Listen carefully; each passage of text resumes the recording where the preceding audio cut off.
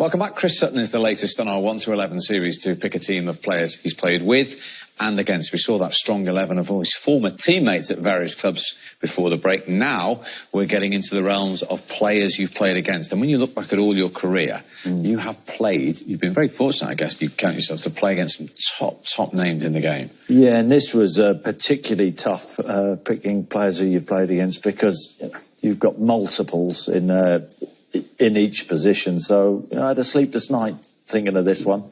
But no, well, with the goalkeepers, I've gone for probably no surprises. But as you will know, Steve, I mean, it was a golden age, I would say, for goalkeepers. Yeah.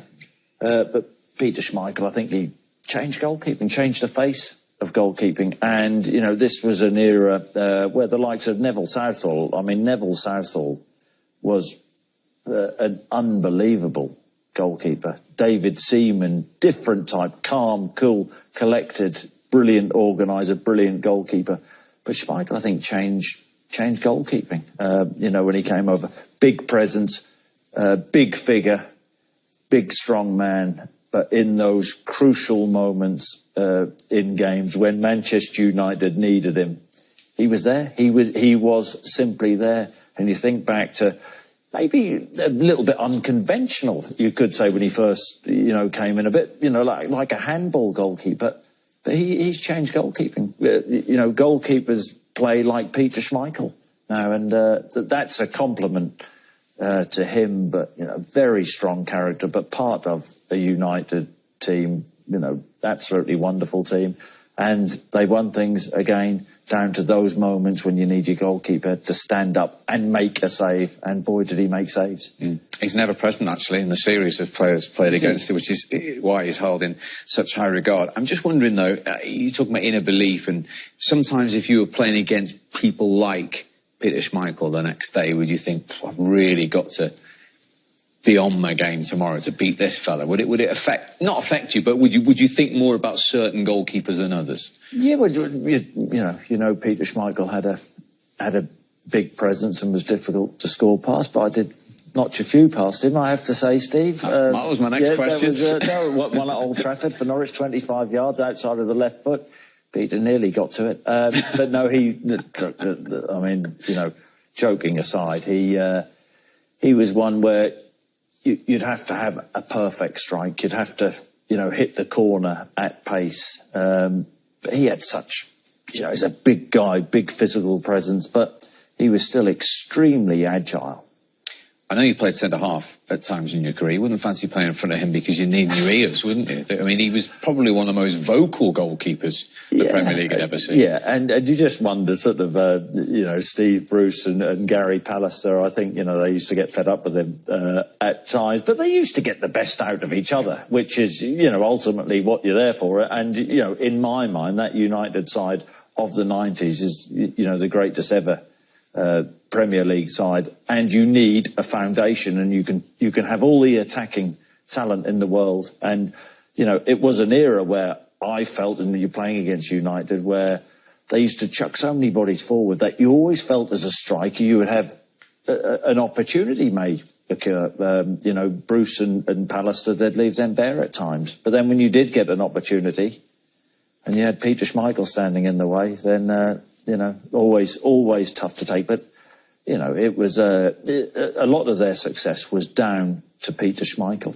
Talking of that great United team, right back. Yeah, look, I'm a big fan of the Arsenal famous five, and I think that Lee Dixon, extremely unlucky not to get into this team. But I thought Gary Neville, as a professional footballer, not the most gifted. I think, he would tell you that. In terms of endeavour, drive, attitude, I think he turned into just a wonderful footballer, reliable, could defend, actually, could get on. I think, as his career developed, he got on to really good effect. But again, when you're looking for that character, that man, that dependable figure, you're 8, 9 out of 10 every week, then, Gary Neville was your man, your leader. Great Manchester United player, great England player, really strong, tenacious, defender. I can imagine he would have trained as he played. And in terms of what his club, the one club man, meant to him, how important do you think that was in that era? Players like him. It's just he's one of a dying breed. His commitment and loyalty to Manchester United. We're not going to see the likes of this again. But just a player, I don't know Gary particularly well and whatever, but he's someone I like to listen to now. But you'll see both my teams, and there's a lot of natural talent in there. People who don't have to put the work in. I mean, Gary Neville for me, epitomises everything which is good about a footballer. Not the most gifted, but has grafted to get to his position and have a career which he carved out. And, he's had a top career, really intelligent guy. What about the other fullback? The other fullback, Arthur Newman, Dutch international, played against him many times for Celtic against Rangers. Cool, calm, calculated, graceful defender, could pass a ball, could get on. Rangers had a lot of Dutch players at the time, the De Boers, Frank and Ronald De Boer, Arthur Newman, and always sort of really switched on, calm character, could see a pass, could get on, could defend. That's why, he played so many times for his country. Cultured left foot, could really, spot a pass, see a pass, knew when to get on, knew when to stay and defend. Different type to Gary Neville. But really accomplished. Very good in one-on-one situations. Very, very good. Wouldn't sell himself. Wouldn't dive in. Would stay on his feet. It's quite something for a Celtic legend like yourself to include a Rangers player in the team you've played against. But no, I mean, you have to be fair. And, Rangers, you think Van Bronckhorst, who said the De Boers, Arthur Newman, had some really good players at the time. And he was always one, a lot of passion in the Glasgow derbies. He was always one you looked at, never lost it. Couldn't wind him up. Couldn't wind it. Would never lose it. Not for a minute I'm suggesting you wound players up on the pitch. No, I wouldn't do that. But he was one, focused, really, really focused. But really superb footballer. And how important is that calmness in a game like the Old Firm? I think it's you have to keep your head when those around you are losing theirs. And you try everything. You try everything as a footballer to wind other players up, and some would take the bait, but not Arthur Newman. Central defence? Central defence, this is a no-brainer for me. Toni Adams, probably the greatest centre-half, I think, which has ever lived in my book. I mean, as a young player playing against Arsenal for Norwich City,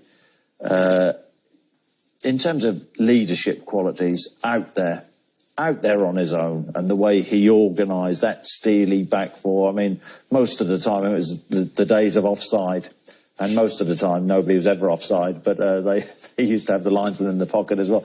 They were such an influential character. These were the days when you tackles from behind were allowed. And as a young player, I used to get balls clipped up to me from the fullbacks at Norwich City, and I used to count in my head. I used to start counting to 3, and by the time I'd got to 2, wham! One of the whether it was Adams, whether it was Bold, whether it was Keown in the back, but he was the one. I'd put him and Martin Keown, fantastic one-to-one defenders. Steve Bold, strong, competitive, could tackle, but Toni Adams, such an asset, and for his country, but no, he was the one who stood out. And this was an era. We spoke about Manchester United's centre half, Bruce and Pallister. They'd be left to defend on their own, but Adams just had the edge over them all for me. Okay, who's his partner in this team? His partner's Roberto Ayala, and I only played against him once, but for Celtic against Valencia this was the UEFA Cup. I think they just lost the Champions League final the previous season, and Pellegrino Ayala, Pellegrino Southampton, yeah. And Benitez was the manager of Valencia, and we lost 1-0 in the away leg. I didn't play. I had an issue with my family, and then the home leg at Celtic Park, I came off the pitch. We ended up winning the game, going out on penalties. I've never come off a pitch as sore. He kicked, batted, kneed, all on purpose, may I add. In terms you of, may. And similar, the way he read the game was fantastic, but never has anybody left more on me. I mean, my bees to jump for balls and double knee me in the back, and I was in so much pain. And it was good, it was a motivation for me. But in terms of, you're asking me who's the toughest defender I played against. I mean, he was Argentinian, brutal. wasn't he? He was Argentinian, and you know what? He wasn't the biggest. And I'd go back at him, and he would relish it. And you get up and give him more, and he'd give it to you, and in the end you end up shaking hands. And I think that night I've actually crawled into the dressing room, and I was hurting everywhere for about a week after. He was absolutely brutal. He was. And like you say, for club and country, he had a terrific career, didn't he? Yeah, he did. And for a guy not the biggest to have a career as a centre-half, I mean, he had tremendous spring, good in the air, but you can't play for the clubs he played for and not be a great defender and a great competitor. And, I can say from the wounds I have that he was a tremendous competitor. 5'10", just for the record. Midfield four again, right side? Yeah, extremely tough. I mean, you could have Ronaldo, but I'm going for the best crosser of a ball that there has ever been, and that's David Beckham. Just a tremendous footballer for club and country. Didn't have the ability to go past players, knew that, but he didn't have to. He had that awareness, he'd get half a yard, and the precision which he could put on his delivery, really. I mean, you're trying to compare him to somebody nowadays, and I can't think of anybody, at that level who could be that accurate. And I'd have loved to have, been on the end of a few of his crosses. I was just about to say, would you have given anything to play with him in those days? Because, he would find you. As a striker, you anticipate you have to make runs. With David Beckham, you knew. And, he could play centrally. I thought his best position was out wide, albeit he never really had that pace. But he knew that. Was it hard to defend against because he wasn't one of those that used to go round the man? He'd just whip it in as soon as possible. Right. But also, it wasn't just about his crossing ability. It was his ability to play the ball at the right time and to split the defence. And, exceptionally hard to mark. A good worker, would track back, he'd do the ugly side of the game, if you like. But, in his pomp at United, especially, I just, like every other player and fan out there, just used to marvel at his ability. And again, I like his story, a grafter, hard worker, didn't have everything on a plate. But, what a career he had. But I thought especially at United, I thought the period he went through, he was untouchable. And when you're comparing him to the likes of, Ronaldo and the player he was, a different type of player in terms of ability to go past people. But David Beckham, delivery-wise, second to none. What you've cleverly done here is reunite the right-hand side partnership, because we're talking about Gary Neville and David Beckham in that team. As a pair, as a combination, they were difficult to defend against, weren't they? And good relationship, I think, on and off the pitch, and knew each other's games well and would complement each other well.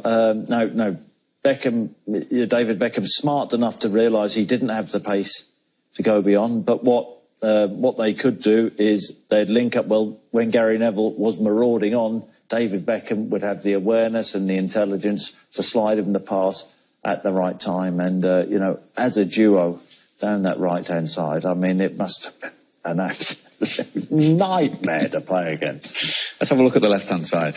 Left-hand side, I would say the greatest Premier League player of all time. His record speaks for itself. You know, you can look at Alan Shearer as the greatest goal scorer, but what didn't this guy have in terms of at a young age, his ability to go past players? He's the player who gets everybody up off the seat. And in your Blackburn days, he was that player, wasn't he? He reinvented himself later on, but when you were going for the title with them, he was flying down that left-hand side, playing against him. In terms of a wizard, he was a wizard. He had that burst of pace. But it's okay having the burst of pace, but then you've got to know how to use the ball and have that nous. And in 1v1 situations, I mean, you'd set up to defend against him. Henningberg actually did okay against him at Blackburn at times. But, you go out with your best intentions in games to stay in the game. But there's nothing you can do. Giggs in full flight, facing up. You had to starve him of the ball. You had to stop the ball going out to Ryan Giggs. And that was the problem when you think you had to stop Giggs on the left-hand side, Beckham on the right-hand side. It was, it was a massive problem. But that was the only way which I think managers, how we tried to stop Giggs. Don't let the ball get to Giggs. Because he had that burst, that half yard. He could come inside, outside. And then, I mean, you touched on it, Steve. As he grew older and he'd lost that little bit of pace, he could come inside and dictate a game in a different way. And that's a credit to his football intelligence. But, the bottom line is that Manchester United side over that era, competition, these boys, I mean, just realize these are the guys who came up through the ranks at United, a testament to their, youth development. But, the competition in that side was really fierce. But, the greatest Premier League player of all time, Ryan Giggs. Oh, and in terms of admiration for him, before we move on, we're talking about your Premier League victory. This guy's got 13 Premier League titles. And most people just laugh. But, I mean, as a professional, try and put into words the dedication that's needed there, as well as natural ability. And as you're rightly saying, he's done it in two very different positions, hasn't he? As two very different players. Yeah, application. His desire to play on to, what was he, 38, 40 when he was... I mean, it's mad. How can you play until you... I got to 30, 32 and was... I mean, I'm not comparing myself to Ryan Giggs athletically, far from it. But, I just used to pull, muscle pull, used to find it really hard to stay fit. This guy was a freak, but then... Listening to the way he used to look after himself, yoga, stretching, that's a credit to him, as a player. But the biggest baffling thing for me is how he can reinvent himself. He's had a career out on that left wing, and we stereotype him as a player to some extent. But then to come inside and on merit have a place in that Manchester United side, which isn't an easy thing, and dictate games of football in a different way, seeing a pass, getting the ball off the centre half, turning, sliding balls into forwards, tells you everything you need to know about. And, you look at Giggs, Neville, Beckham, really intelligent footballers, know the game inside out, but hard work has got them to where they are. I guess the centre of midfield was difficult because you must have played against some great centre midfielders. Yeah, this was the toughest one, and I've gone for Xavi. I played against him numerous times for Celtic in the Champions League, and we actually knocked Barcelona out one season. Not that I'm wanting to milk it, but he was a player who take the ball in any situation, and probably part of the greatest Barcelona side of all time, Ronaldinho out on the left-hand side, Xavi, Iniesta, you talk to and the likes of those players, he could knit everything together. And then the centre, I have to say, the central midfield area, the toughest area to pick against, because I played in an era of the likes of Vieira, Petit, who were different types of players. Paul Scholes hasn't made this team. Well, which, I really should have put Paul Scholes in. But I just, I didn't play against Xavi so many times, but I think he was Barcelona's main player in that particular period. And they had, absolute greats But I think what Xavi did, and I'm not saying he did his job silently because everybody raves about him, but he was the link. He was, the link from defence into attack, graceful half turn, just knew his spatial awareness. He could keep the ball off you in a telephone box. He was so clever, the way he manipulated the ball and could slide a pass, and that awareness. And you talk about people who have to work hard. This guy's awareness was so natural in terms of what was around him, and that's why he has to go in. I mean, we numerous times have played against him, and you come off thinking, well, I can't remember him giving the ball away.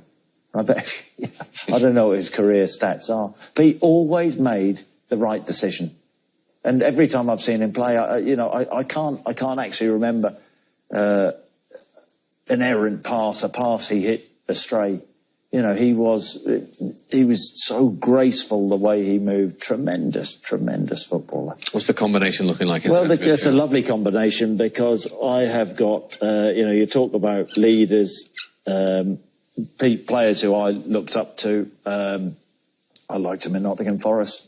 Seemed a bit of a crazy character. Roy Keane, energy, drive, enthusiasm. Should have signed for Blackburn Rovers, of course. Well, this is a good story, isn't it? Because he's been in this very studio and told the story, and he still feels a little bit bad today. In fact, Kay Dalglish was with him. He'd given his word, hadn't he? At the time. Yeah, don't trust him.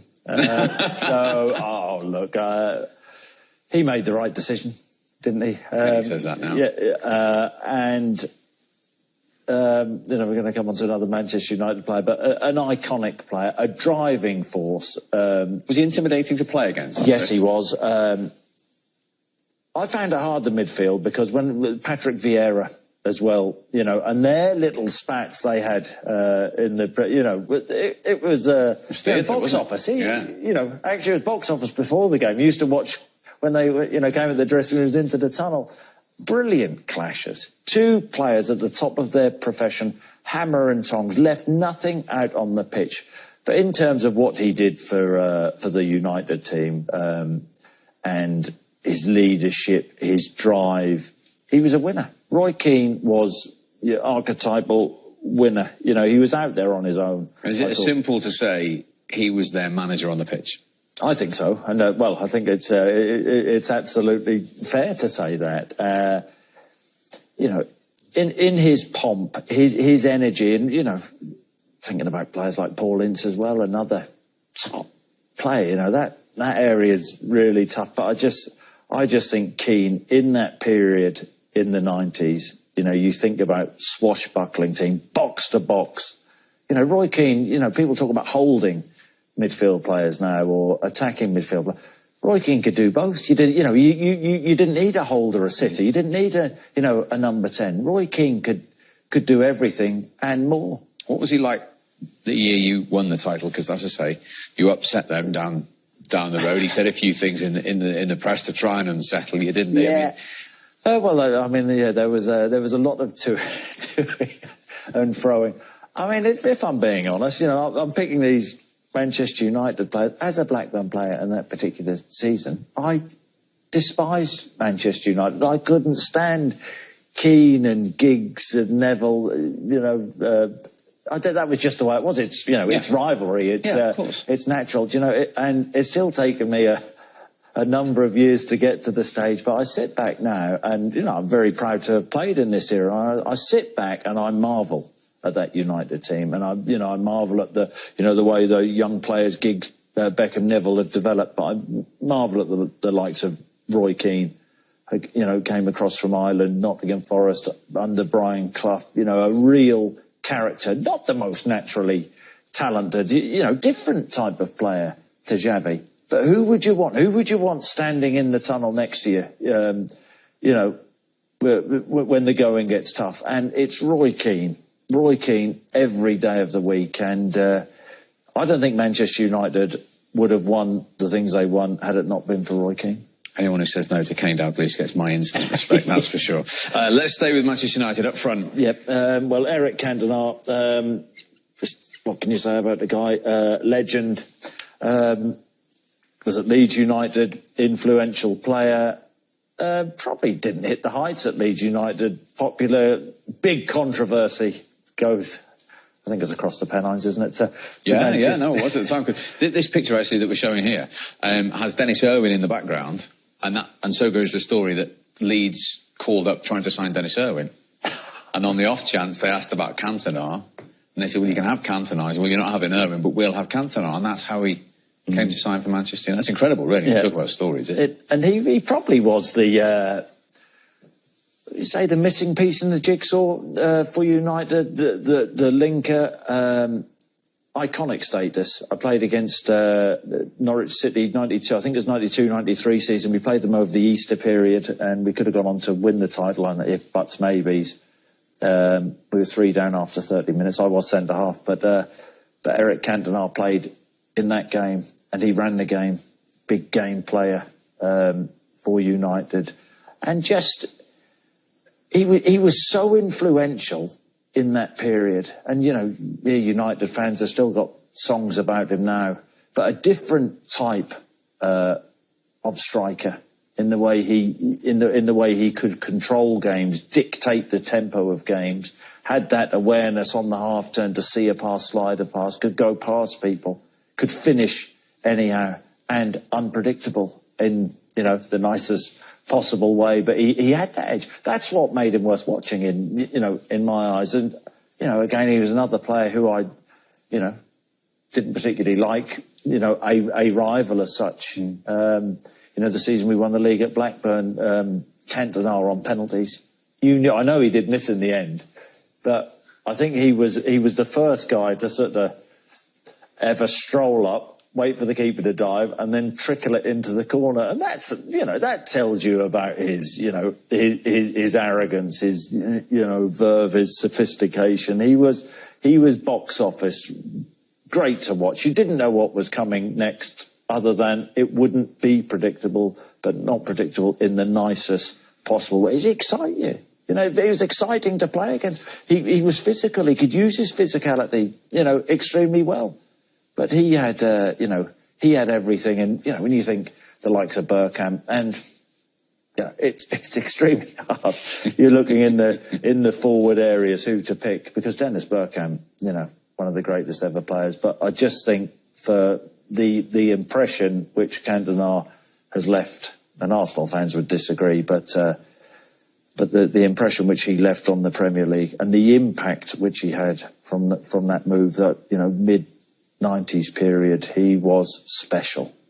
Did you play against Ronaldinho for Barcelona? Yeah, I did. Yeah, Didier Agat marked him out of the game twice. Yeah, so he didn't register with you in those days. No, you see? No, Celtic had them in his pocket. Well, Didier Agat, a player who, if you watched him in training, you'd think he won a raffle to come and train with us. But in 11-a-side games, he could defend. He did really well twice against Ronaldinho, who was, you know, a special player in his own right. Brilliant, yeah. OK, it's not Ronaldinho then. Who's Cantona's strike partner? Well, do you know what?